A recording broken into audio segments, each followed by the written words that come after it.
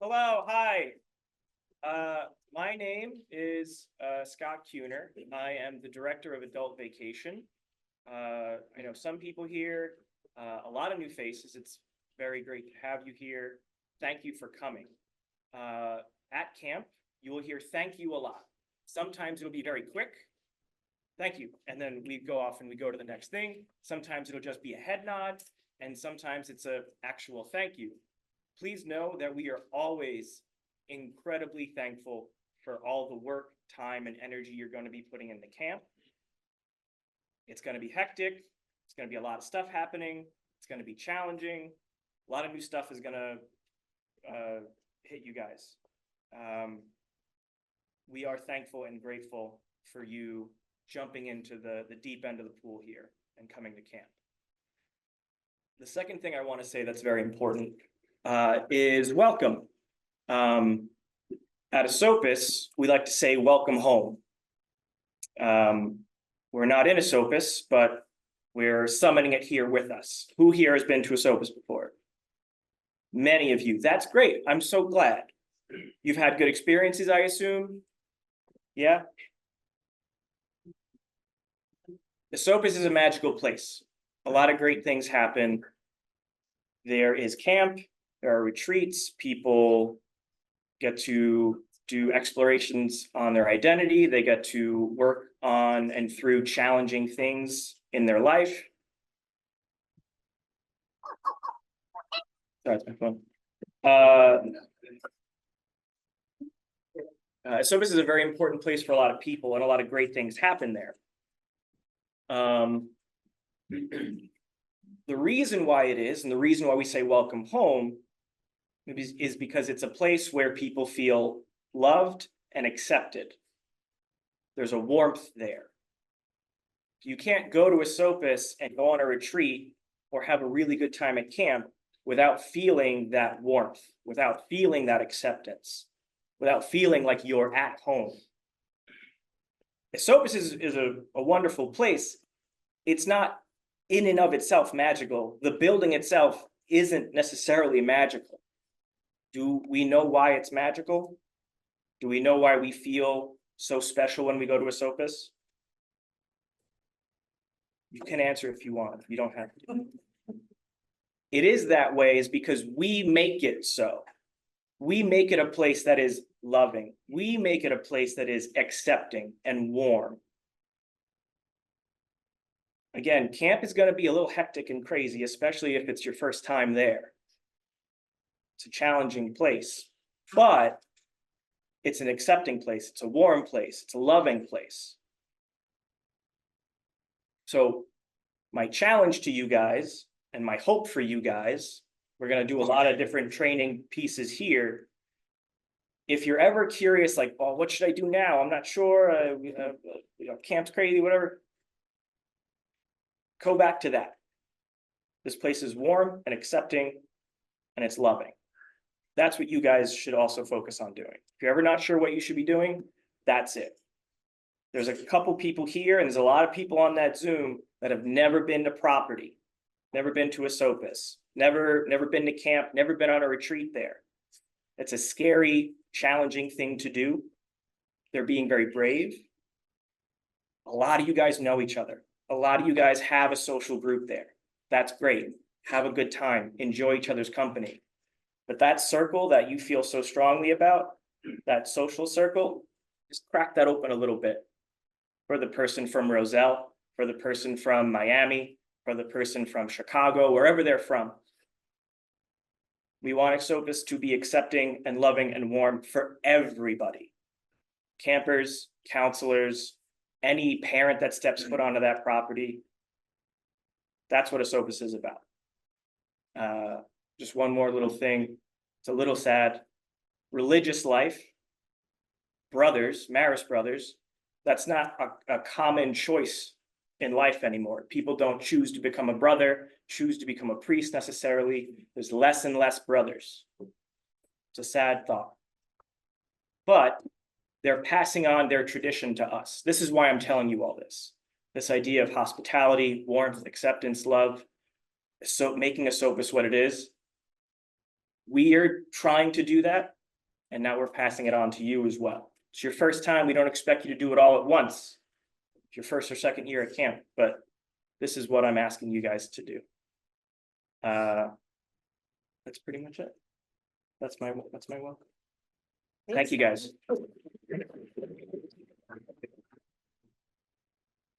Hi, everybody. Just Really quickly, we're just gonna go over the agenda.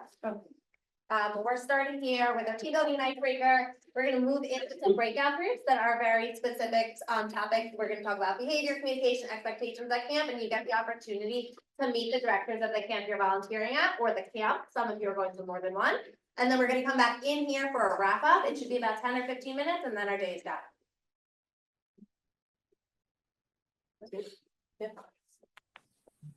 Hi, everybody. Just tagging on to what Scott said. I didn't go to Archbishop Malloy because I'm old enough that there were no girls here when Archbishop, when I could have gone. So I walked onto that property not knowing anybody. So I'm going to echo everything he said about try to include new people when you're there. And let's talk about what happens. For those of you who haven't been there before, this is new too, or you've only been there for retreats. I'm gonna basically let you know, you show up here and get on the bus. Congrats, you got on the bus because it is gonna be scary. Everybody here is hugging each other, so excited to see each other. And then you get put on the bus and one of these camp director people is gonna say to you, I need you to sit here next to him and don't let him get up because he's gonna get up and try to walk around the bus all the time. Don't do that. And you're just like, what just happened to me? You make the ride up, you survived it, with him telling you that you're his girlfriend or boyfriend. And then you get off the bus and it is.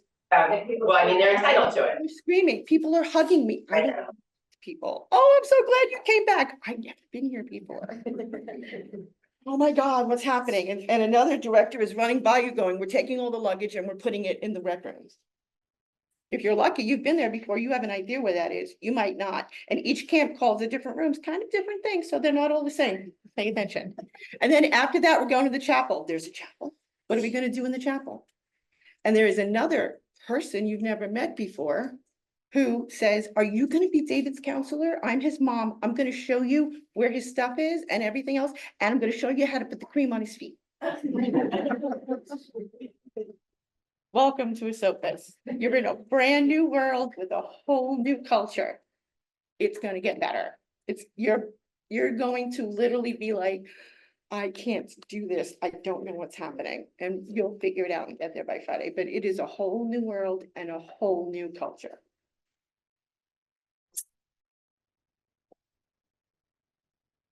So when you get off that bus, you're thinking, what have I gotten myself into, right? Like, you're being told, stick with your campers, don't leave their side. You're asking, ask my group leader, who is my group leader? I have not met them yet. And then you're just told to just like come prepared when you arrive, right? Like, what does that mean? Let's embrace our camp culture.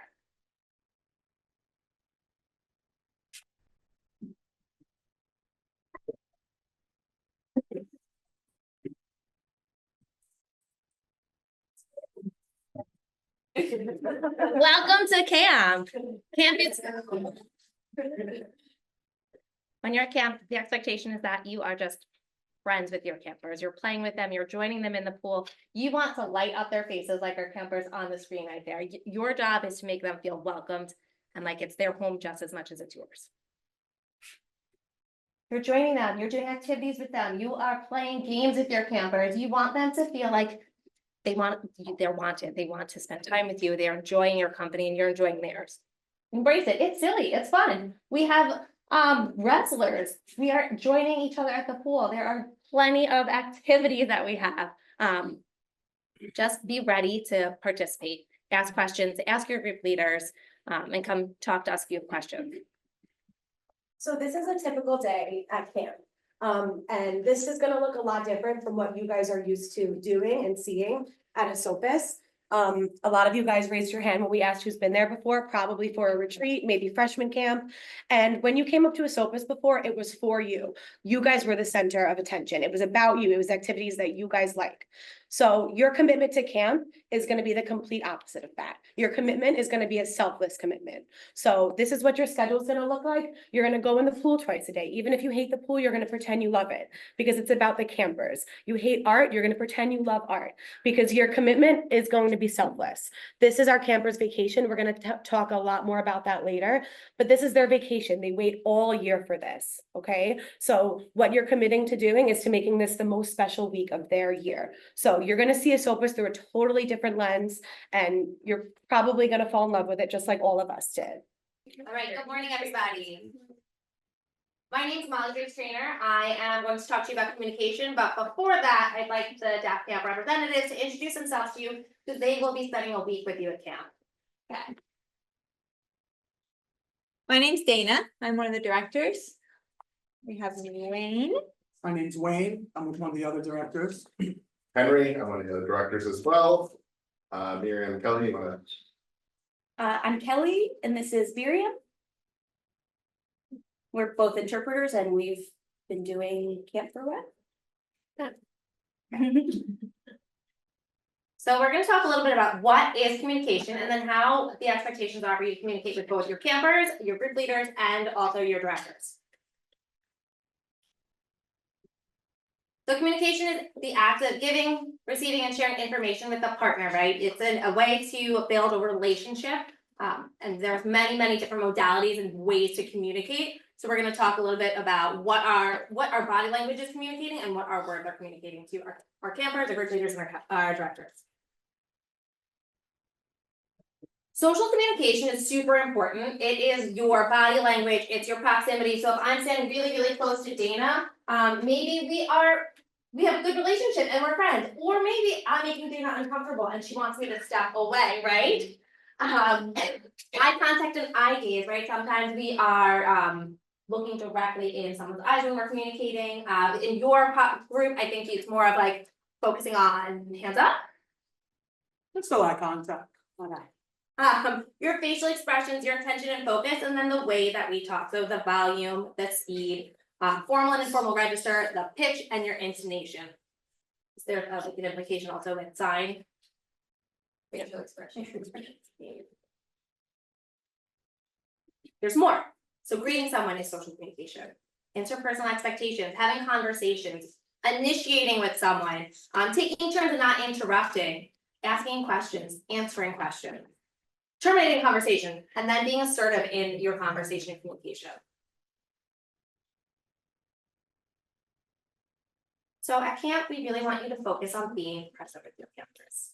Communication with children is essential for their relationship and their development, right? So we want to make sure that we are being good communicators by listening and talking in ways that make our campers feel valued.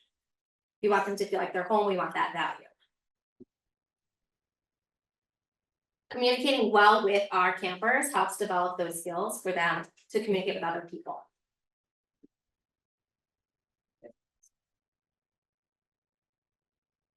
Okay, so on that note, how are you going to engage with your campers and show that you are present? Think about what campers that you want to get to know more about. Think about which campers you want to follow up on a previous topic or conversation from the night before. Maybe you want to comment on their performance at the talent show. What campers do you have similar interests with?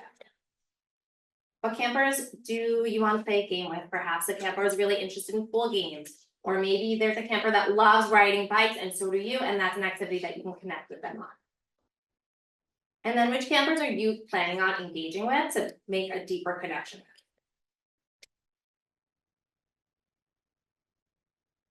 Okay, so like we said, communication includes a communicator and a listener. You have to be both of those at camp with your campers.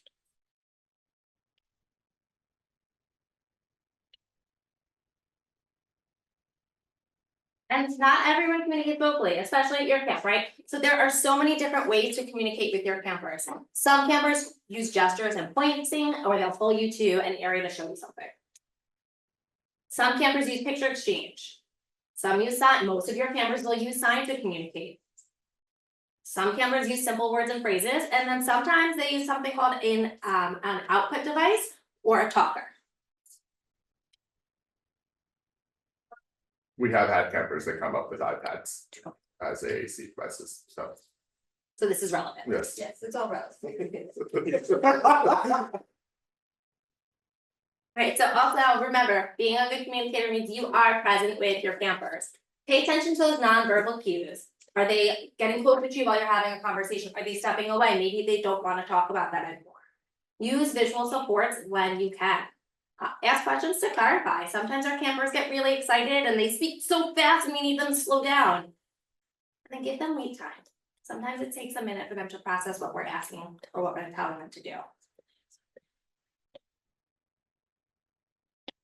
So that is very, very relevant to that camp, right? You might have many communication breakdowns within one conversation, so if you just take yourself back and go through it slowly or ask for help.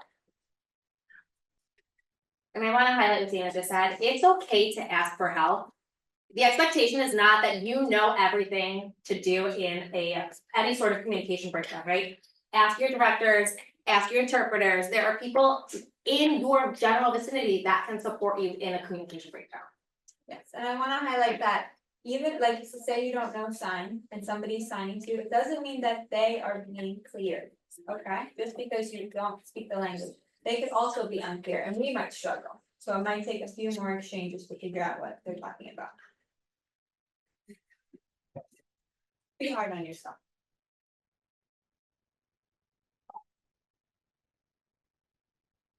Okay, and then remember, your words matter. Your words have a direct impact and indirect impact on the people who hear and read them. But what you say, the way you say it, your tone really matters. Just because your camper perhaps is deaf and they can't hear what you're saying, they can read your body language. They can see how your facial expression is. They can see they can experience what you're saying, even if they don't hear those words. On that note, communicating in front of campers is really, really important. We need to be thoughtful and mindful about what we say and how we say it. Limit your personal conversations amongst your friends, right? Your job is to include your campers in these conversations. You're here for your campers, not for your friends. Don't talk about a camper in front of them.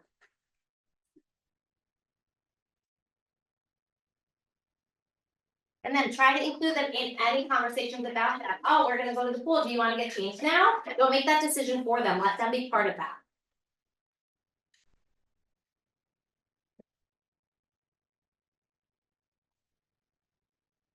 What are you communicating? What are you communicating when you talk with your friends and not with your camper? What do you think your camper's feeling there? What are you communicating when you stand and glare at your camper? What are you communicating when you get down to your camper's level and you start talking to them at the level that they are? What about when you smirk or laugh at something? What are you communicating? Are you saying, oh, your camper said is funny, or are you laughing at your camper? But there's a difference. This one's really, really important. As we highlighted before, in ASL, your nonverbals are so important. Your facial expressions are really, really important. So even if you're not hands up, which you should never be at deaf camp, you should always be hands up at deaf camp. Even if you are just learning sign, you should be trying to sign everything you're saying, okay? But if you're chatting with your friend and you're making faces and your kids are watching that, it can feel very oppressive to them. It can feel really confusing to them. It can feel like you are talking about them, even if you're not. So just be mindful of that. And even positionality of where your shoulders are facing, right? Like making sure you are open to the conversation in the group instead of, like Henry was saying, just like looking at your friend and having a conversation with them.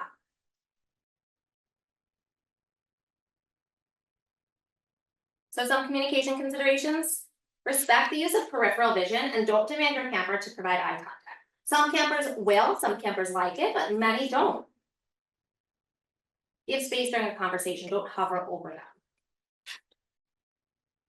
Honor all bids for communication regardless of modality. And what I mean by that is if your camper is trying to communicate vocally with you, if they're using an AAC device, if they're trying to sign, you're honoring every bid for that communication. Allow them to have breaks and opportunities to leave and terminate a conversation. Sometimes it's just too much. Maybe they're exhausted. They don't want to talk about this topic. That's okay. They're at camp. Again, allow processing time when you're speaking with your campers. And then a general consideration, provide a quiet place when your campers appear overwhelmed. Welcome to camp. All right, guys, welcome.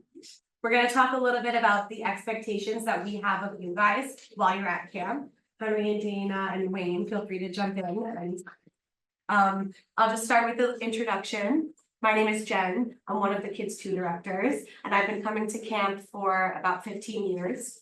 I work at a school for individuals with special needs, and I love camp, and I'm excited to have you guys here. So we're gonna start with, why are we here? Why do we go to camp? What does all of it mean? This is a vacation for our clients, our campers. The campers look forward to this all year. A lot of our campers start to pack in January, unpack, repack. They wait for months. It's a safe place for them where they know that they're going to go and everyone's going to love them and respect them. Just as important, it's parent respite as well. So what does respite mean? It's relief. It's a short-term relief for these parents. Caring for someone with special needs is a 24-hour job. A lot of our campers, they're not going to turn 18 and move out. They're not going to turn 18 and go to college. So how can we help our parents? We can give them a break. We can allow them to trust us and take their sons, their daughters for a week and give them a vacation. A lot of parents have told us that while their son or daughter's at camp, that's the first vacation they've taken in years. A lot of our parents tell us that we're the only camp or people or babysitter, caregiver that they trust with their kids. So it means just as much to the parents as it does for the campers. And it's a big socialization piece for our clients. They have a sense of normalcy. They get to go to camp and hang out just like a typical individual of their age. They get to be around people who look like them, who understand them, who respect them, who love them. So we talked about this downstairs, but we have expectations for you guys, right? You guys were handpicked by directors. A lot of the camps have a wait list for counseling. Means that we spoke with recruiters, we spoke with each other, and we handpicked you guys to be here because we trust you, we know your work, and we know your hearts. So we have high expectations for you guys. And here are some of them. We want you to respect each other and respect the job. You have to work as a team while you're there, okay? You're gonna be spending a lot of time with each other throughout the day, throughout the week. So we want you to respect each other. Respecting the job, we want you to treat it as a job. You're committing to a week of this, okay? So it's a big commitment, it's a selfless commitment, but you made the commitment and we want you to honor that. The parents are trusting us and we've picked you to join in this commitment. We're gonna talk more about the rules of camp later, but you are expected to follow the rules while you're there. And we have high expectations for the way you interact with each other. We want you to communicate with each other, respect each other, and work as a team. You might get put in a group with someone you're best friends with. You might get put in a group with someone you don't like. It doesn't matter. You still have to respect each other, okay? I go to work. I don't like everyone I work with, but I still respect them. I still have to work with them because that's the reality of it, okay? Each other. Teamwork is really important. Teamwork is going to be the only way you're going to get through that week, okay? Maybe in your group you have a camper who likes to be alone a lot of the time. Maybe you have a camper who's fun, dancing, wants to be with everyone. Make sure you're taking turns with all the campers so that, you know, every counselor is getting a turn to sit in the rock room and watch the movie with the camper who loves to watch the movies. And every counselor is getting a turn with the camper who loves to be social. You don't want to be with the same camper all week, okay? Work together, be a team. Some more expectations we have for you guys. We want you to be present. When it comes to technology, we don't want to see it. Now, of course, things are different now. You might have a group chat I know, we have a group leaders group chat often, so of course you can use it for that, but we don't wanna look by and see you scrolling on TikTok. We don't wanna see AirPods in. A lot of campers are going to wanna bring technology to camp, and we are going to encourage them to leave it in the dorms, or we encourage them to leave it home, but a lot of them bring it maybe We for collect next it, time. that, yeah. Which is like we collect it, That- great, They great, had time in the morning before breakfast to use it or after dinner, great, so because otherwise. yeah. it's a lot. So if you're having these expectations for campers, you need to be a role model and set these same expectations for yourselves. Because why wouldn't a camper say to you, if you're scrolling on your phone, why can't I? Okay, so we want you to be present, we don't want you to be scrolling. We understand that you might use it to say like, hey, bring me a diaper to this bathroom, hey, I need to switch out, I'm over here. So of course, if you're texting for those reasons, that's okay. When it comes to the activities and the schedule, we want you to be present. You don't have to force campers to do anything they don't wanna do, but we want you to encourage them, okay? If you're participating and the campers see you having fun or faking having fun, they're gonna wanna take part in that as well, okay? So that's really important. How are you talking with your campers? Speak to them as adults, okay? We want you to be respectful. And just speak to them respectfully, okay? When it comes to setting boundaries, you can speak about Deaf Camp. I'm not sure if it looks different for you guys, but with social media, we encourage you not to follow or be followed by campers or give out your phone number. The campers will stalk you at special camps. I don't know, you can speak on Deaf Camp, but Yeah, they you can also be stalked. Jeanette gets 1,000 texts a day from campers asking what group they're in, what's the theme, can they be in a different group, what's for lunch on day 2 of camp? We just encourage. What movie are we watching for movie night? What movie are we watching? Yeah, what's the weather for Thursday at camp? So we just encourage you not to do that. Give your email, you can send emails, but we encourage you to set that boundary. Appropriate interactions. So for the special camps, a lot of times the campers are gonna say, you're my girlfriend, you're my boyfriend. And it's not mean to tell them, I'm not your girlfriend, I'm not your boyfriend, I'm your counselor, I'm your friend. It's not mean to say that, it's just setting a boundary. And you wanna set that boundary from the start so you can carry it through the whole week, okay? So some of the rules we have for you guys. The maintenance of the property, this is your home for the week. There's no custodial crew that's coming at the end of every day and cleaning the house. We are the custodial crew, okay? Take care of the house, you guys are gonna be living in it all week. If you're taking plates to the dorms, mugs to your rooms, put it back, there's no one to clean up after you. On Friday, the camp does a big cleanup with you guys, so make it easier for yourself by just cleaning up throughout the week. If you're taking stuff out in the gym, put it back, okay? There's no one to clean up after you.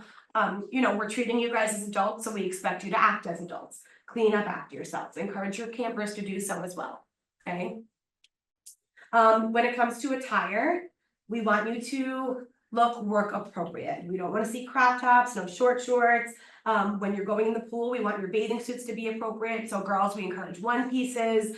At kids too, our campers are teenagers and young adults, so their hormones are raging. We want you to not encourage the hormones to go up and down, just be appropriate, okay? What you guys are wearing right now looks very camp appropriate. Back sneakers.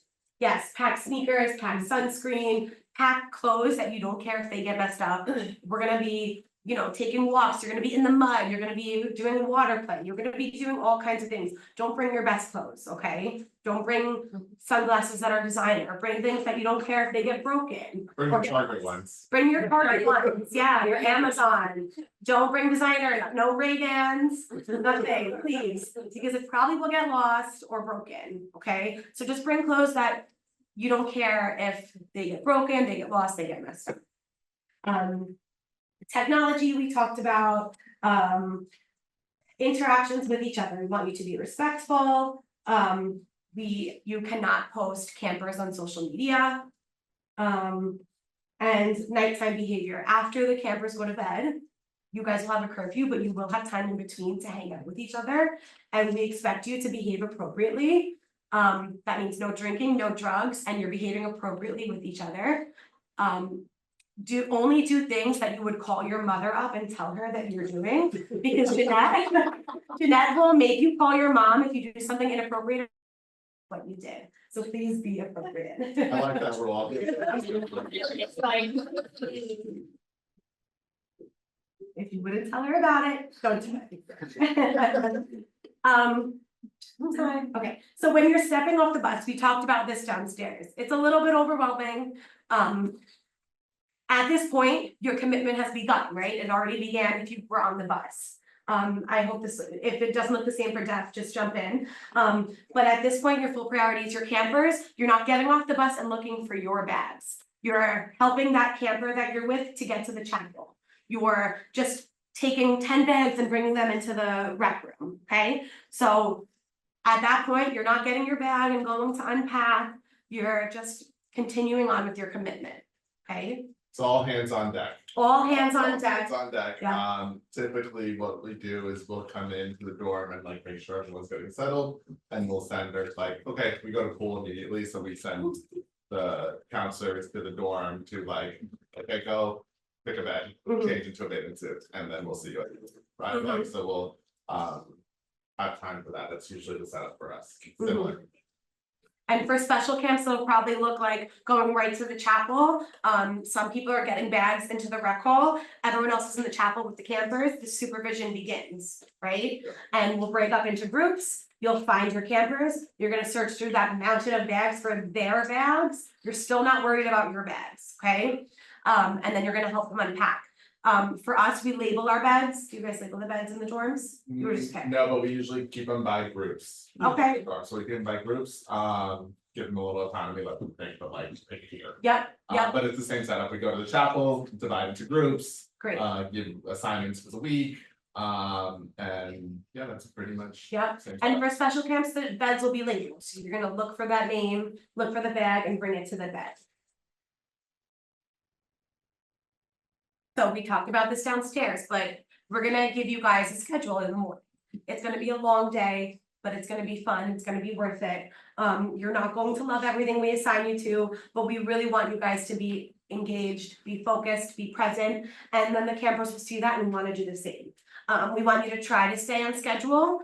It doesn't always work. It doesn't always happen. But try your best. There are people putting a lot of time and effort into the activities. So just try your best to get there. Send a text if you're gonna be late. Send a text if a camper is really refusing to go. And we don't force campers to do things they don't want to do. It's their vacation, but we encourage, okay? If someone hates arts and crafts, they don't have to go there. If you think maybe with a little encouragement, they'll go and enjoy it, try that, okay? You'll know your campers by day 2 or 3, so you'll know. We're gonna move on to camper safety. So, again, I don't know if this looks different for deaf camp, but for special camps, absolutely no camper alone ever. Supervision, Saying, you know. okay, great. So, supervision is number 1, same as schools. That's all the time. Supervision is the word that should be in your head. You should be counting all day long. It's a really big property, okay?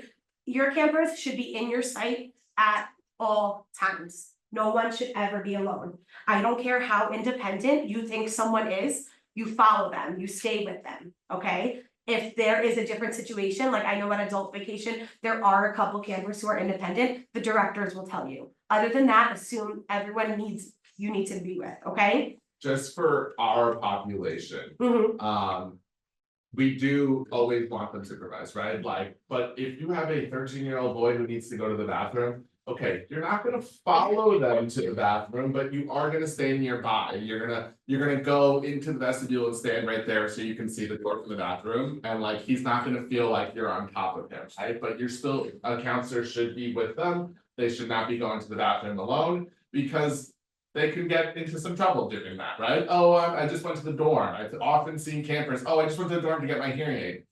You need to be with a counselor, okay? So it is up to you to establish those norms at the beginning of the week. And you say, okay, if you need to go somewhere, you need to ask me, and someone should be going with them. Okay. Supervision is so important. Parents are trusting us. We need to know where our campers are at all times, okay? Even for yourselves, if you guys need the bathroom, you tell another staff member, hey, I'm running to the bathroom, I was watching these 3 campers, can you keep an eye on them? Okay, you guys shouldn't just be walking away either, and that's where that teamwork piece would come in. You would be communicating, hey, I just need to go change in my bathing suit. These 3 campers are over here, can you just keep an eye on them? Okay, so communication is going to lead to better supervision. You should be wearing gloves when you are changing campers, when you're showering campers, just for yours and theirs hygiene. And we encourage you not to be alone with campers. Support each other, find out each other's comfort level, and work off that. When it comes to the pool, it's the camper's vacation, it's not yours.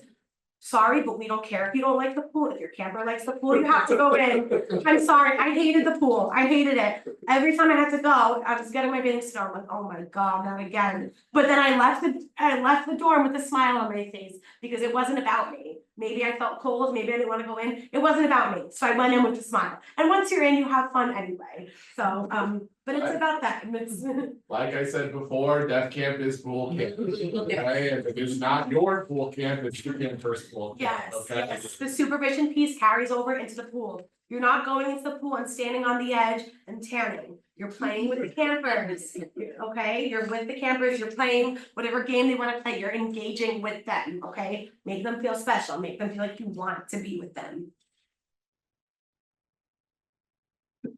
So we're gonna continue with the supervision piece. You wanna be actively supervising, so active supervision is proactive. Proactive means you're thinking ahead, right? So, you're positioning your staff in ways that benefit the campers. If one camper has a special relationship with a certain staff and you know they have a hard time transitioning to dinner, think ahead so you can make sure that that piece is covered. You're being proactive, you're looking ahead, okay?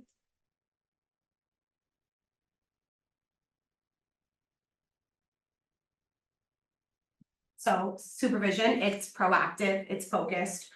You're not hanging out with each other, you're not there to hang out with each other. A lot of you guys have done retreats, maybe some of you were campers yourself. It's so different now. You're not there to hang out with each other. You're there to make it a special week for the campers, okay? You're focused, your supervision is targeted. If you know someone has the same issue every day, talk to your group leaders, put some protocols in place. Kate will talk more about those protocols that you can put in place. So how do you actively supervise? You plan ahead. Everyone's on the same page. You want to work with your groups, talk to your group leaders. You're giving feedback and you're accepting feedback. So like we said before, we handpicked you guys, the recruiters handpicked you guys, the directors handpicked you guys. So we believe in you and we know that you guys can do this and do it really well. And because of that, we're going to be giving you on the spot feedback. Don't take it personal. We just want you to be better. We want our camp to be better. And we want the campers to have a great time. Okay. So we will be getting feedback throughout the whole week. And you know, take it and it means that we care and we want the camp to be the best it can be.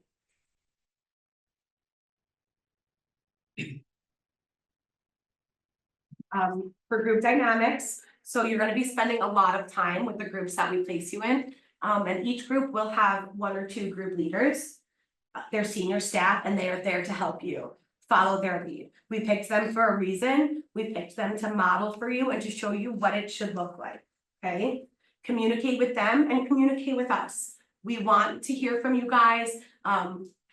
All directors have open doors, so if you're having issues in your group and you already spoke to your group leader and you don't feel better about it, you can come talk to us. No question is stupid, no problem is too small, okay? We want you, like, camp means the world to us, okay? So we want you guys to have the same experience that we had when we were your age. We want you guys to have that same experience, and anything that we can do to help you get there, we want to do that.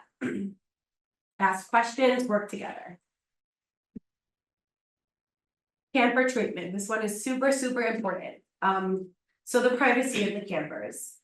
On Sunday night, you're gonna read the files. You're gonna meet with your group and read the files of your campers. And that information is confidential. You're going to read medical pages, you're going to read pages filled out by parents, and it's confidential. It's not for you to leave and go talk to your friends about, you know, what disability this person has, what that person is allergic to. It stays within your group, okay? It's confidential. We're trusting you with those files and we expect you to keep it private. When it comes to medicals, no question is stupid. If someone has an allergy and you don't know what that vegetable looks like, or you don't know, no question is stupid. Talk to the nurses about everything. None of us are medical professionals.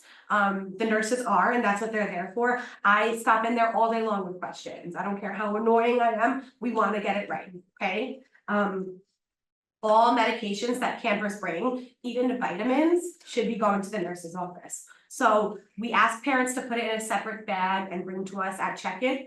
They often don't. So when you're unpacking your campers, you might find medications, vitamins, anything like that should go right to a director or to the nurse's office, okay? We don't want to be responsible for any of that, so it should go right to the nurse. Communication about campers. Just because someone is nonverbal, it does not mean they don't understand. Just because someone is not speaking out loud does not mean they're not listening and understanding what you're saying. We should never, ever, ever, ever be talking about a camper in front of them, right? It's very disrespectful. If I turned to Henry and Dana right now and talked about one of you guys, that would make me feel so small. So we don't want to do that. It's so important. Just because someone is nonverbal does not make that okay. Every little thing should be respectful. If someone needs a diaper changed, I'm not gonna call across the room and say, hey, Chris, can you change this diaper? It's wet. That wouldn't feel good, okay? So we wanna be respectful with our communication about campers. They're looking at you, they're hearing you, they're watching your faces, they're seeing and hearing everything, okay? For dorm behavior and rules, we wanna have privacy and respect. There should be no pictures in the dorms. Even if a camper wants to take a selfie, don't let them, because you never know who's walking by. Help your campers be modest. A lot of your campers might want to be butt naked and walk to the shower with no towel or clothes. Help them to have modesty. Give them a towel, hold up a sheet if they're changing. You can encourage them to change in the stalls, but you know, help them have some modesty. And language. How are we speaking to our campers? With respect. Same way you guys want to be spoken to, we want to be respectful. If you feel like you're losing your patience, just switch out with someone. And then for counselor self-care, our last slide, drink a lot of water throughout the day. Make sure you're getting enough sleep so you can survive the day. If you don't feel well, you guys should also be seeing the nurse. Ask for a break if you feel like you're at your breaking point. Go to your group leader or senior staff or director if you have any questions, problems, issues, anything like that. Make sure you guys are packing sneakers, sunscreen, clothes you don't care about. And as selfless as all of this is, there is part of it that's for you guys too. You're going to learn so much from the campers. You're gonna learn a lot from each other. Enjoy it and know how special it is and how lucky you are while you're in it. It means the world to us. We've been doing it for so long and we are so excited that so many of you want to be there. And it really means the world to us that you are committing to a week, that you guys are here today. So we feel lucky to have you guys and we want you guys to feel lucky too, because it's so special and it's our favorite thing in the world. And that's it. Thank you, guys. My name is Kate Loughlin. I have been volunteering at camp for the last 40 years, so probably as long as double your ages. So we're going to talk a little bit about managing behaviors, which quite honestly could be probably 3 years. It has taken me 35 years to get where I am, and I still screw up daily. So be easy on yourselves. So talk to me a little bit about what do you guys think behaviors are? Anyone? Everything. Everything. Literally, everything you do, everything you sometimes have to say, how you act. Measurable, observable, all this stuff is in a handout, which is for you to take with you, because I want you to have it to look at before you come to camp. But the biggest piece I want you to realize is that behavior is communication. And for a lot of our campers, it is how they communicate. They don't have language. They don't, they have struggle with getting ideas in their head. They struggle with all of those pieces and can't communicate what they really think and what they really feel. So therefore, it comes out in behaviors. When you think about a behavior, we tend to be like, hitting is bad behavior, biting is bad behavior. But I also want you to think about the fact that there is a lot of what we would term good behavior. People do what they're supposed to do. People are kind to each other, all of those other things. So as we start thinking about dealing and managing the behaviors at camp, I want you to think both about how I deal with the difficult behavior, which is the primary focus of what we're going to do today. But I also want you to think about how you reward and encourage good behavior at camp, because if that's what we want, then we would need to be consciously thinking about it with our campers. Does that make sense? Does anybody have a question about that? I will address it a little bit more. Okay, so there are primary 4 functions of behavior. They're pretty self-explanatory. Escape. I want to get away from you, from what you want me to do. I just don't want to do it, which generally tends to fall into the category of running away, tantrums, screaming, hitting, stopping. Or just flopping and refusing to get up and go where you want them to go. That was our youngest boys group last year. Team squirrels is what we called them. Because you would sit them down and explain something, and then you turn around and they were all somewhere else. Exactly. And I think the other piece you have to remember is the campers are coming up to camp. For a lot of them, you're talking about your youngest boys, they've probably never been there before. They are used to living in, I don't know, an apartment, a house, have a little backyard. Suddenly, here's free reign, go for it. Not only that, you take them into our gym, which is huge. And go, okay, go play. I'm just gonna run the full circuit of it. You know, this is the biggest piece. So what we're looking at as behavior, and it is behavior, is mostly just, it could be exploration, which is another piece that's not up here. It goes with sensory piece. I'm overloaded because it's so much. So that's the other piece you have to take into consideration is this is what's happening with them. And they're not doing it to be bad. They're just doing it because their body is like, let's go. Attention seeking, we're gonna talk a little bit about this. Positive or negative attention seeking. So part of the reason I said to you, try to find your campers being good and reward what they're doing, because what we reward is the bad behavior. I have 2 kids. One is sitting here doing what they're supposed to be doing. I have another one sitting here tapping, throwing the pencil, flinging things. Who's the one who's gonna get the most attention? My problem behavior. Problem behaviors always get more attention. But the problem becomes, if they want attention, they're going to engage in more problem behaviors, because that's what's getting the attention. But I want you to really consciously think when you're at camp, how do I pay more attention to what I want to say and reward it? Challenging you now to do that, because that really is what you want to do, and try to ignore as much as possible of the negative behavior. Questions about that? Make sense? Tangible.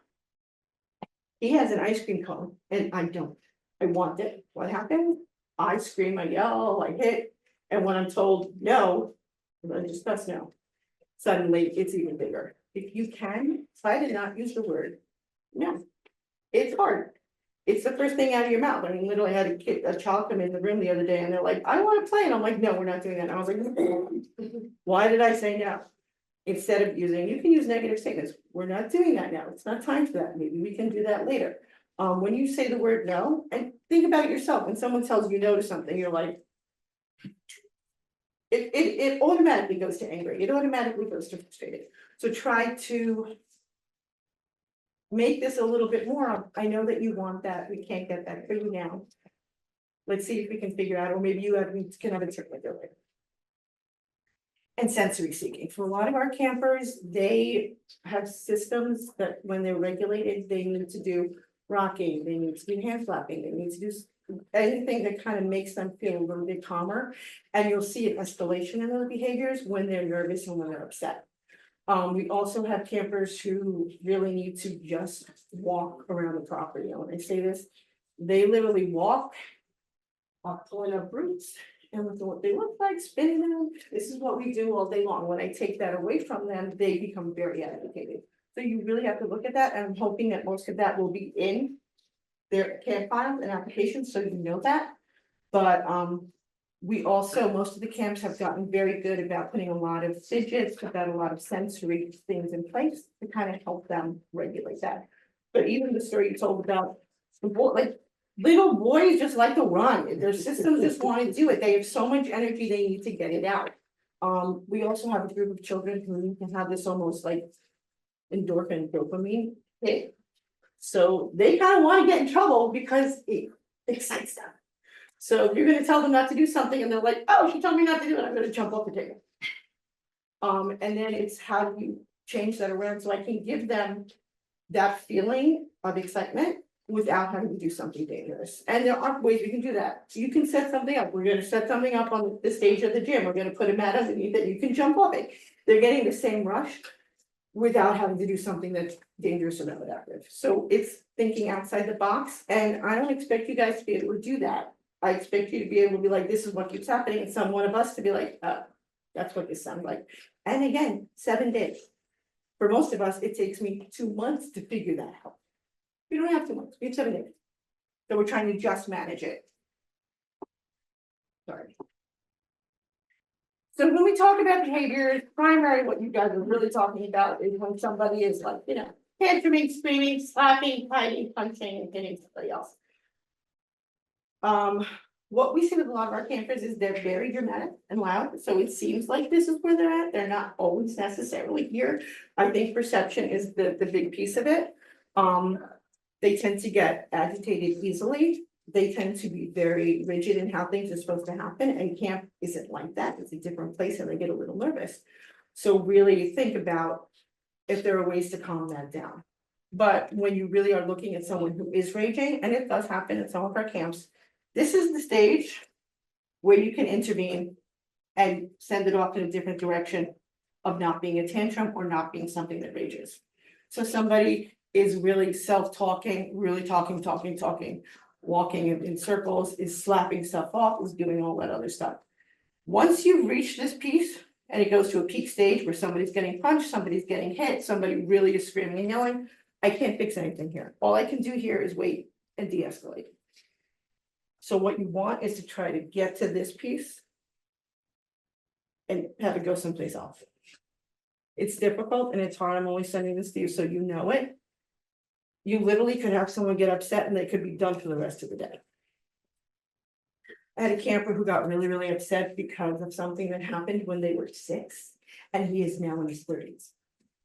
So he and another camper are friends with him, went to stuff when they were together. One of them slapped somebody, slapped or hit somebody. It was bad, but they still talk about it. And one camper really just can't handle it, and he's like, I'm gonna kill him. I'm like, but it was an entire week's worth of counseling him that you're not gonna hit him, you're not gonna kill him, you're not gonna do those things, and him having to recognize that. But it became a piece of the whole week of trying to keep them separated. So there are things you have to start looking at so you can start preventing potential collision. I know. Wow. I'm gonna tell you the one thing you have control over. The only thing you have control over, you. You are the only thing you have control over. How you react, what you say, and your body language. So when somebody slaps someone across the face, our tendency is to be like, oh my God, what are you doing? I'm going to try to encourage you, maybe not have that reaction. Because we want this. I want to be able to help that person who hit someone to calm down. If I'm upset, I'm not available to them. So try to really be like, okay, we're not doing that right now. We'll see if we can move them out. Make sure the person who's getting hurt is safe. But your basic reaction has to be, seems like you're really upset. Can we talk about what's going on? And what you say. Don't do that, that's bad. No, don't hit. Like, it's hard and it's gonna be the first thing that comes out of your mouth. But I want you guys to really try to think of what are other things I could possibly say to that. Use your words, don't use your hands. Those are the things you can say. They're not as punitive, they're not as negative. And hard to figure out and hard to remember to do, which is why we're talking about it, and I want you to figure it out. The other piece of this is your body language. As much as possible, if you can ignore the behavior you don't want, that's great. But when you're ignoring behavior you don't want, your body language also has to say that. So you can't stand there like this. Tap your foot. You can't stand with your hands on your hips. You literally can't stand and have the vein in your neck pop out because they see that. They say, oh. I have someone at work who literally is like, I was ignoring it. I'm like, the vein in your neck looks like it's gonna explode. It's not that you need to just walk away and let somebody else deal with it. And that may be the answer. If you really feel like you're not gonna be okay with it, that you really just do feel like you're a little bit out of control with it. Let somebody else do it. Walk away from it. Get somebody else. If you're by yourself, then just try to like keep yourself in a calm place and keep them safe. And wait for someone to come and help you, because it really is hard and things can escalate badly and suddenly people get hurt. You get hurt, they get hurt, everybody gets hurt. Hard to do. So when we're talking about de-escalating, the most important thing you can do is wait it out. We have lots of time. Where are we going? The bus has been coming for how many days? It's not going anywhere. I need lunch, somebody will come give me lunch, like wait it out as long as possible. Eventually this will subside. If they're safe, they're not hurting themselves, they're not hurting you, they're not hurting someone else. Wait it out. Wait. If you have to, in your head, count to 10, ask them, hey, can I help you? Is there something you want to do? They growl at you, count to 20. Wait it out and see, they will eventually stop. They don't want to be angry either, nobody wants to be angry. Please don't tell them to calm down. The last time someone told me to calm down when I was upset, I told them to pop off. I'm gonna guess half of you did. Like, it's the truth. When you're upset, you're angry and you feel justified and you feel like you have a reason for being angry. When someone tells you to calm down, you're like. And how do you do that? The bottom line is our job is to help them calm down by using words and phrases that are gonna be helpful. And not rushing them. Support them. You may know, if you know that there's something that they like that makes them calmer, find it, have it on you. We have a lot of kids who just like, let's look in your backpack and find something that we can do to calm down. Safety. Are you safe? Is the situation safe? The other piece of this is when something happens, everybody seems to rush over. This is not a spectator sport. Not, somebody's upset, there should be a minimal amount of people there, enough people to deal with it, but this should not be like, oh, look, somebody, that's not what's happening. You're in it, if you feel like you're in control and you're dealing with it, you deal with it, have somebody else there to back you up and support you, and nobody else should need to be there, probably a camp director. But those are separate issues. But this isn't a spectator sport, so try to be respectful and keep everyone safe. The more people that are there, the more people can get hurt. Keep your behaviors and emotions in check. So this is the hard part. This is where you really have to do your personal self-check about how you're reacting to it, because there are things that are triggering for us. People start biting and I start getting nuts because I've had bad experiences of. But for 35 years, I've had children get bit and had to change classrooms. I've had bad experiences with biting. I've also been bit.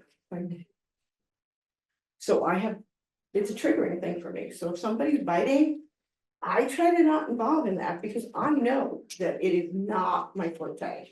They spit at me and slap me across the face all day long, there will be no reaction. Biting? So you kind of have to have a support system in those pieces. And if something really goes to a really weird place, try really hard to get a group leader, a camp director to kind of handle. Once it goes to a really volatile place, somebody else should be called and involved in it. Okay? But the end goal is that we want everybody to be happy and have a great time at camp. That's what we want. That's the end goal. I'm not trying to punish you. I'm not trying to punish the behavior. That's their job. It's not your job. We're the bad guys. And I And think sometimes we need to be. you have to be, there have to be people who set rules. But it doesn't necessarily need to be you, and there is this piece very much where you're like, I wanna be able to handle it. But there are people who set rules and can back that up, so do that. Dane is very good at being scary. Congratulations. That's impressive. So I put at the very back of this, just like, things I really want you to remember as crisis. The first thing to do, regardless of what's happening, unless you really have to separate people, take a deep breath. It's going to help you to remember to center yourself and to be different. You can ask somebody what's wrong. Generally, what happens is we think we know what's wrong and we don't. I've watched people slap somebody because I thought it was that somebody took something from them, and it wasn't. It had something to do with things that happened 5 minutes ago, not what just happened. And then all of a sudden, now we're having very different discussion about why. And so you really want to know what really happened. You can also reflect for them. Sometimes getting the name of what's wrong with me helps me stop.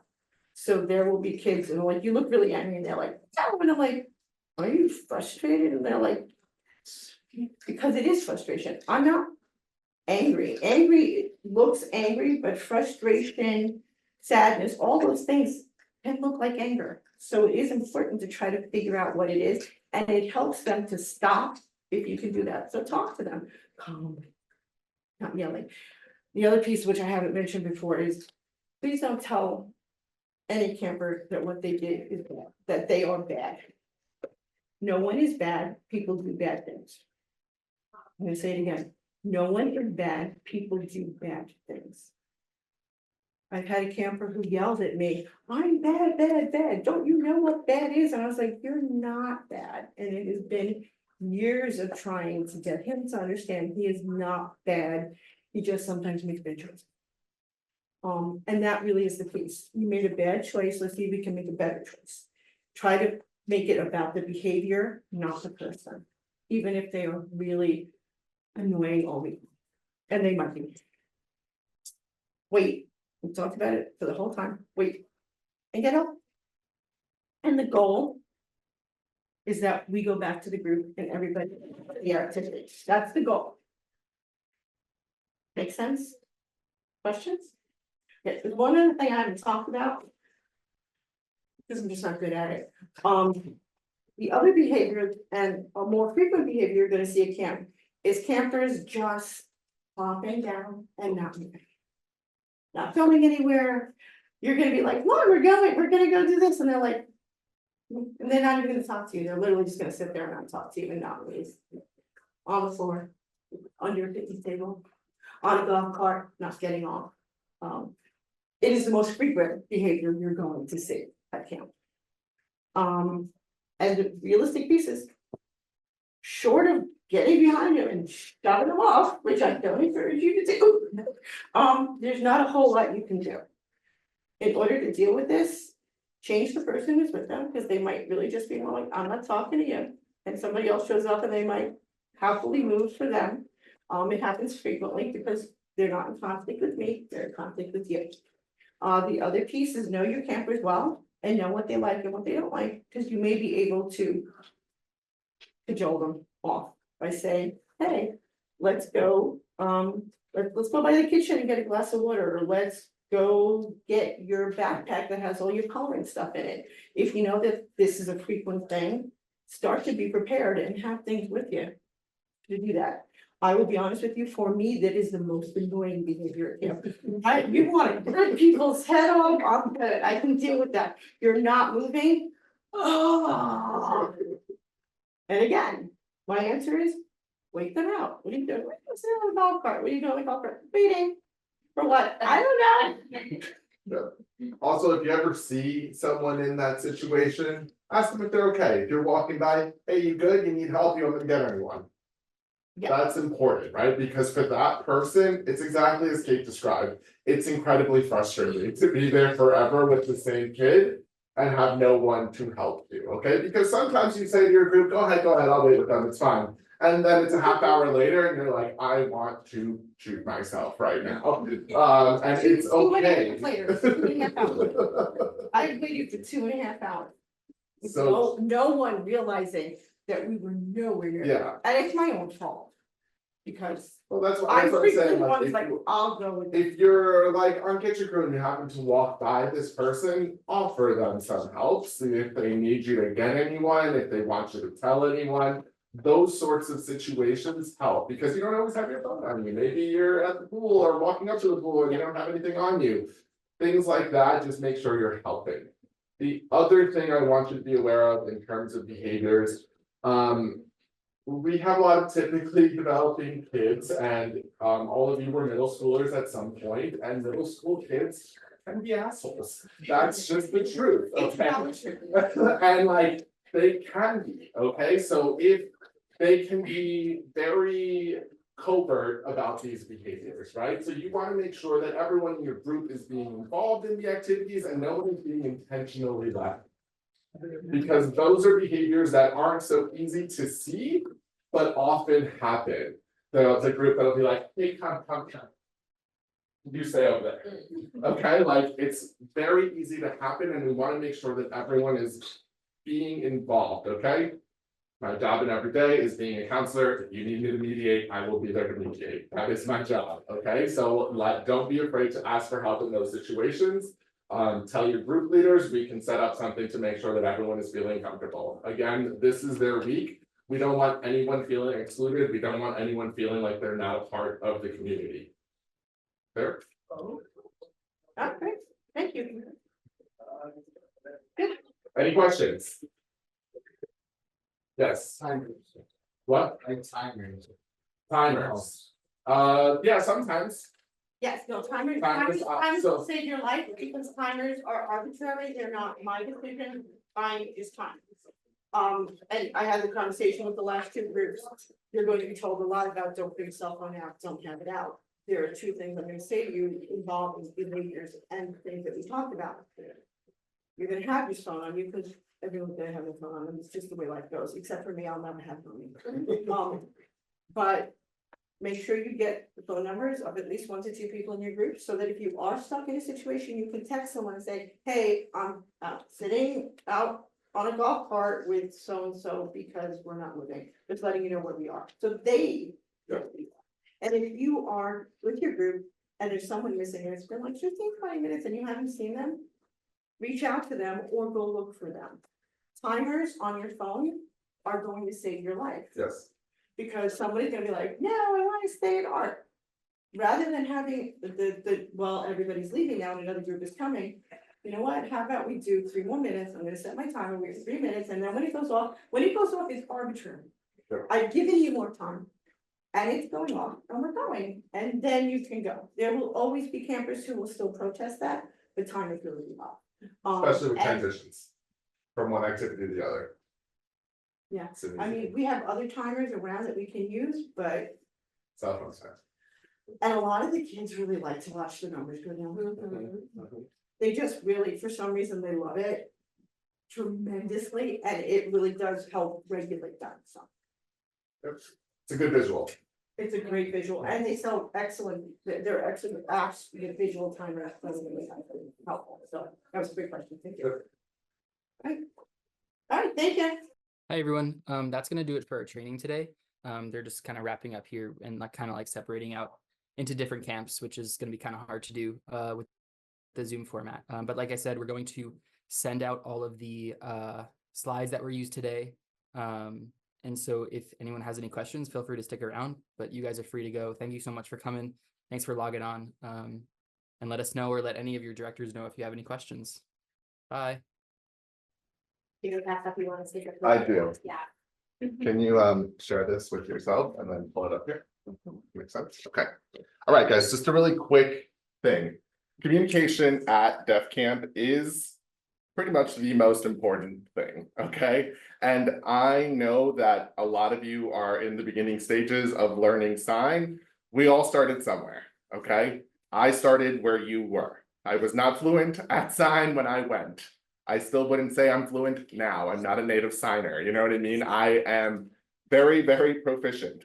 I am, you know, I am a proficient signer. I'm not an interpreter, but I do work with this population and have been working with this population for over 15 years, okay? So, the key points that I want to bring to you, Molly's gonna bring up now. Okay. Go back to our picture because it's cute. This is our camp, okay? We are very much a family at camp, and if you have been there before, you know that we work very hard to make sure that everyone is engaging together, okay? We have activities every night, we play games, we bring everyone together, not just our campers, but our staff as well. Okay, these are just some general stats about being deaf and hard of hearing, okay?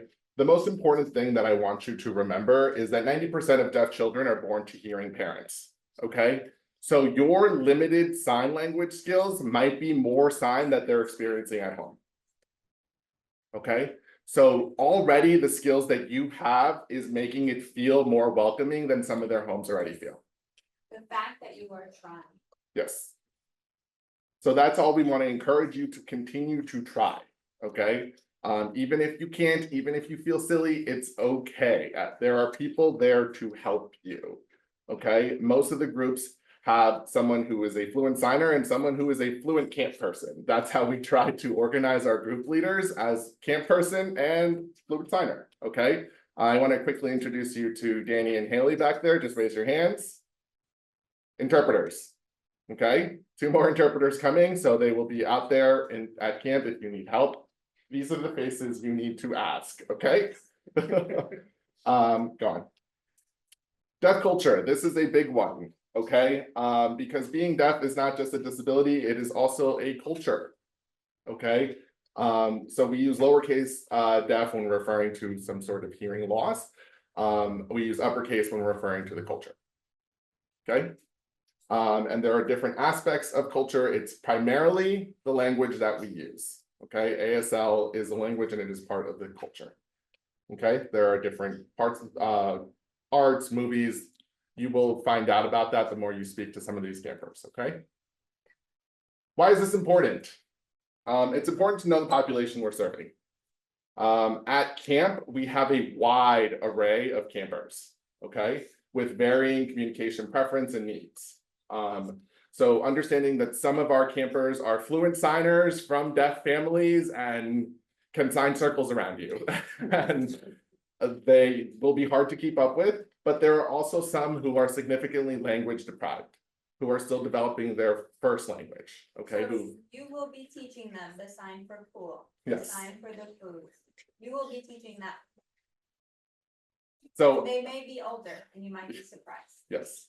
So I chose these 3 pictures very specifically for this slide, okay, because we have here, in this picture, we have Kamari, who is completely oral, okay? He wears hearing aids, but he completely will chat with you about his favorite activities, about some inappropriate things, and then if he says things like that, you let us know, okay? But he is a completely oral camper, just to let you know. He does have sign skills and he will go hands up, but he's very much an oral communicator, okay? Next, we have Kyrie. Kyrie moved from a different language country and has very limited language skills. She was a prime example of a kid who would come up to you and be like, and you'd be like, what? And I'd be like, she said nothing. She didn't say anything, right? Because she is trying to develop language and that's where she's at in her life. And then we have Amelia. Amelia is deaf of deaf. And she has all the language skills that you would in English, okay? So she is sarcastic, she is funny, she is just a typical teenage girl. Who is that? Okay, so I chose these pictures to show you the wide range of campers that we have at camp, okay? And like, that is the population we're serving. So assistive technologies, hearing aids, Bahas, cochlears, AAC devices, we have all of these at camp, okay? It is very, very important that your campers are using it. It is also very important that your campers are taking it off for water activities. It is also very important that you know where these devices are, because the hardest calls I have to make are at the end of the week and say, sorry, we lost your son's hearing aid. Very difficult to make. Kelly's hiding her face.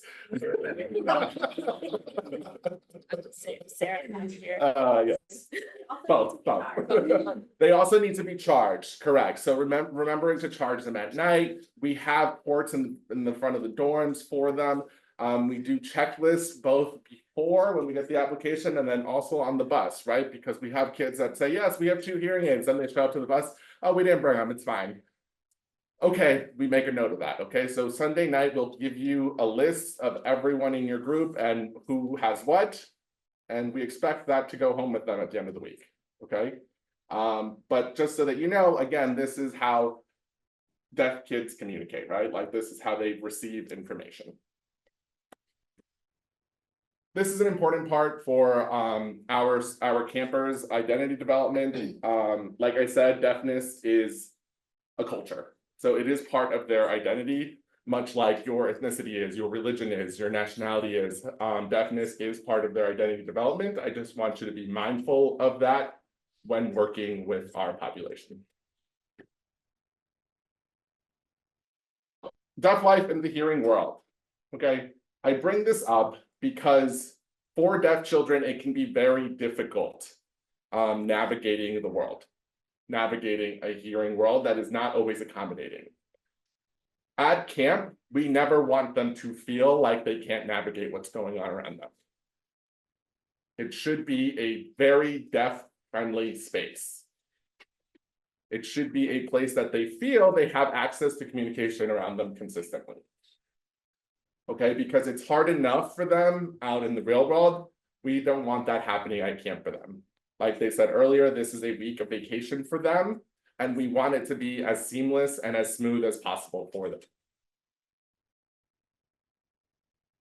So here are the different ways that deaf and hard of hearing students can communicate with you, okay? So receptively, auditory and visual communication. We are always providing both at camp. Sometimes I'll be in a large group and I'll be hands up and I'll be like, hey, Wayne, do you mind voicing for me? Because it gets very complicated to voice and sign at the same time, okay? So we try to provide both. Visuals. Visuals at camp are really, really important. You know, that's why I'm saying that you should always be hands up, okay? And we will review common signs and things like that. And if you have any questions, there are always people to ask. Your group leaders are immensely knowledgeable and helpful. Expressive language. How do kids express themselves? Both sign language and oral languages. Okay, so like we said, we have some kids who are full signers and we have some kids who are fully oral. Also, you might be surprised, some who are fully signers might also be fully oral and just choose not to speak. Okay, there is a wide array. So just because someone may not be using their voice does not necessarily mean that they can't speak to you or can't hear what you're saying. Important to keep in mind. At every camp. Okay, language accessibility. Again, making information accessible is vital to providing equitable services. Okay, we always want to make sure that accessibility is our priority. So when you meet your campers, they might be like, oh, I don't sign. That's okay, we can talk. Okay, oh, I prefer sign. Okay, you do your best to be hands up with those campers. Okay, it is their language preference that you should be following. Is that clear? It is not your language preference, it is their language preference. This is their week, and we're doing everything to make it accommodating to them. Yeah, they can also switch their preference. Yes. Anytime. Yes. We have, I mean, again, Emmy's a perfect example. She'll voice when she wants to. All of a sudden, she'll be laughing about things. She'll be like, oh, slay. What? That's who she is, right? So we have kids like that. So just, it is, you follow their lead. Yeah, and if you become dependent on them listening to you, but they have listening fatigue and they take it off, you're gonna have to switch and use that. And at the pool is a perfect example, okay? At the pool, they're not gonna have their implants. They're not gonna have their hearing aids. So that is a perfect example of like kids who may typically hear you now need you to be hands up with them because they're not getting the access to information. And they might reply in English, like, what'd you say? And you reply in English also, but then you realize, oh, they can't hear me. Right. And going an octave higher and being like, I said, is not gonna help, okay? It's not gonna help. Hands up, okay? So some best practices, direct communication is always the best practice. However, that might not always be possible. If you're like, I'm stuck, I don't know how to say this. Kelly, you mind helping me?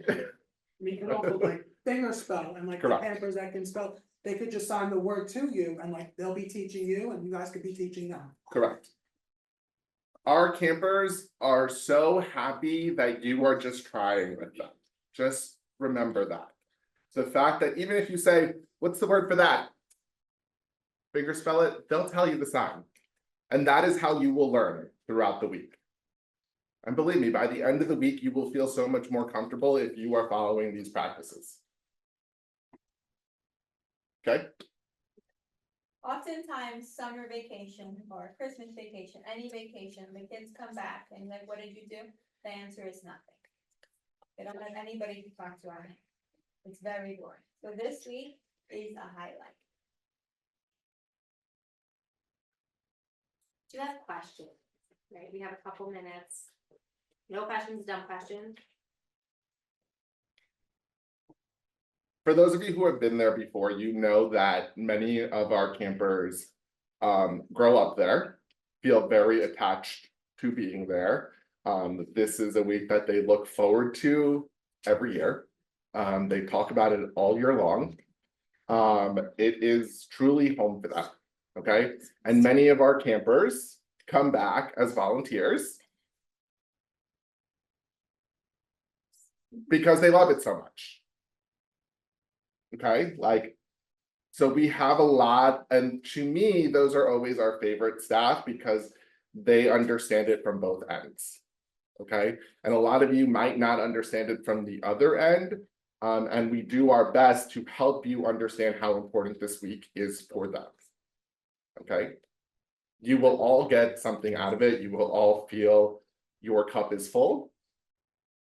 Okay, but just remember that while you're there, you're not there for yourselves. You're there providing something for someone else. The funny part is at the end, you do get something for yourself. Okay, any questions? Any concerns? Anybody want to review some quick signs? Camp. Camp. Camp. Camp. Camp. Camp. Camp. Camp.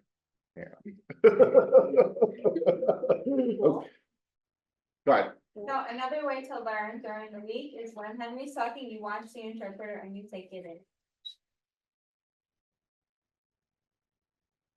Okay, that's one way to learn. Okay, camp. Everyone should be copying. Everyone should be copying. Okay. Swimming.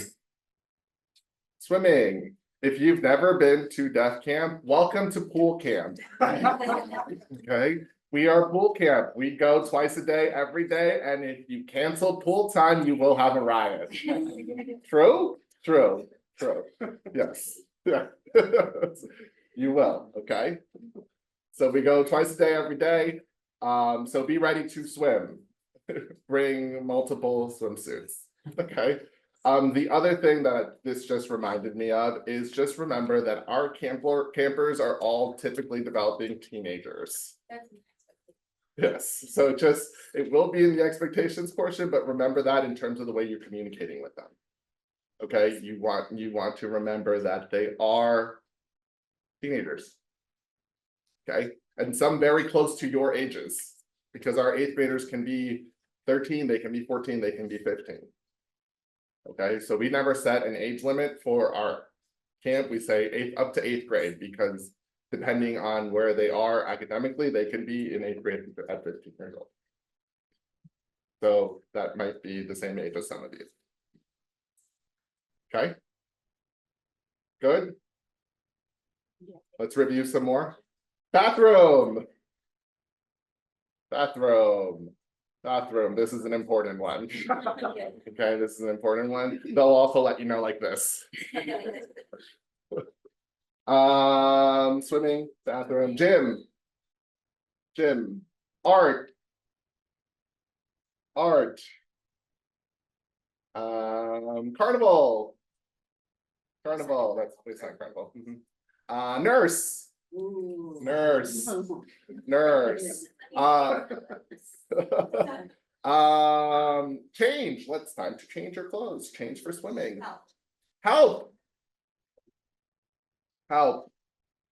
Help. Yes and no, Yes.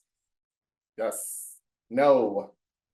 stop Stop. Stop. Finish. Also, that finish is really good for, okay, we're done with that now. Finish, finish. Yes. Oh, one more.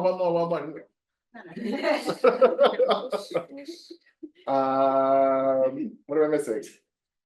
The ones I can. Say it again. Walk. Oh, again, can you repeat yourself? Again. Slow. Slow. Other- Sorry, is a good one. Yeah. Sorry. Thank you. Thank you. River. River, walk to the river. How do you do river? River. River. I don't understand. Rock climbing. We have rock climbing. We do. Hiking. Do we don't really hike them. It's just the walk to the river. Which is Consider it not. hard enough. That's fine. Pay attention, pay attention. We do a dance show. Dance, yeah, Dance show. dance. You have dance classes, right? Also, one of the common things that we do, because it is a big group and we're trying to get attention. Everyone, hands up. Okay, it's a quick and easy way to get everyone to. And it's usually just me making announcements, but this year it'll be Mr. Wayne too, so. Good? I don't do it now.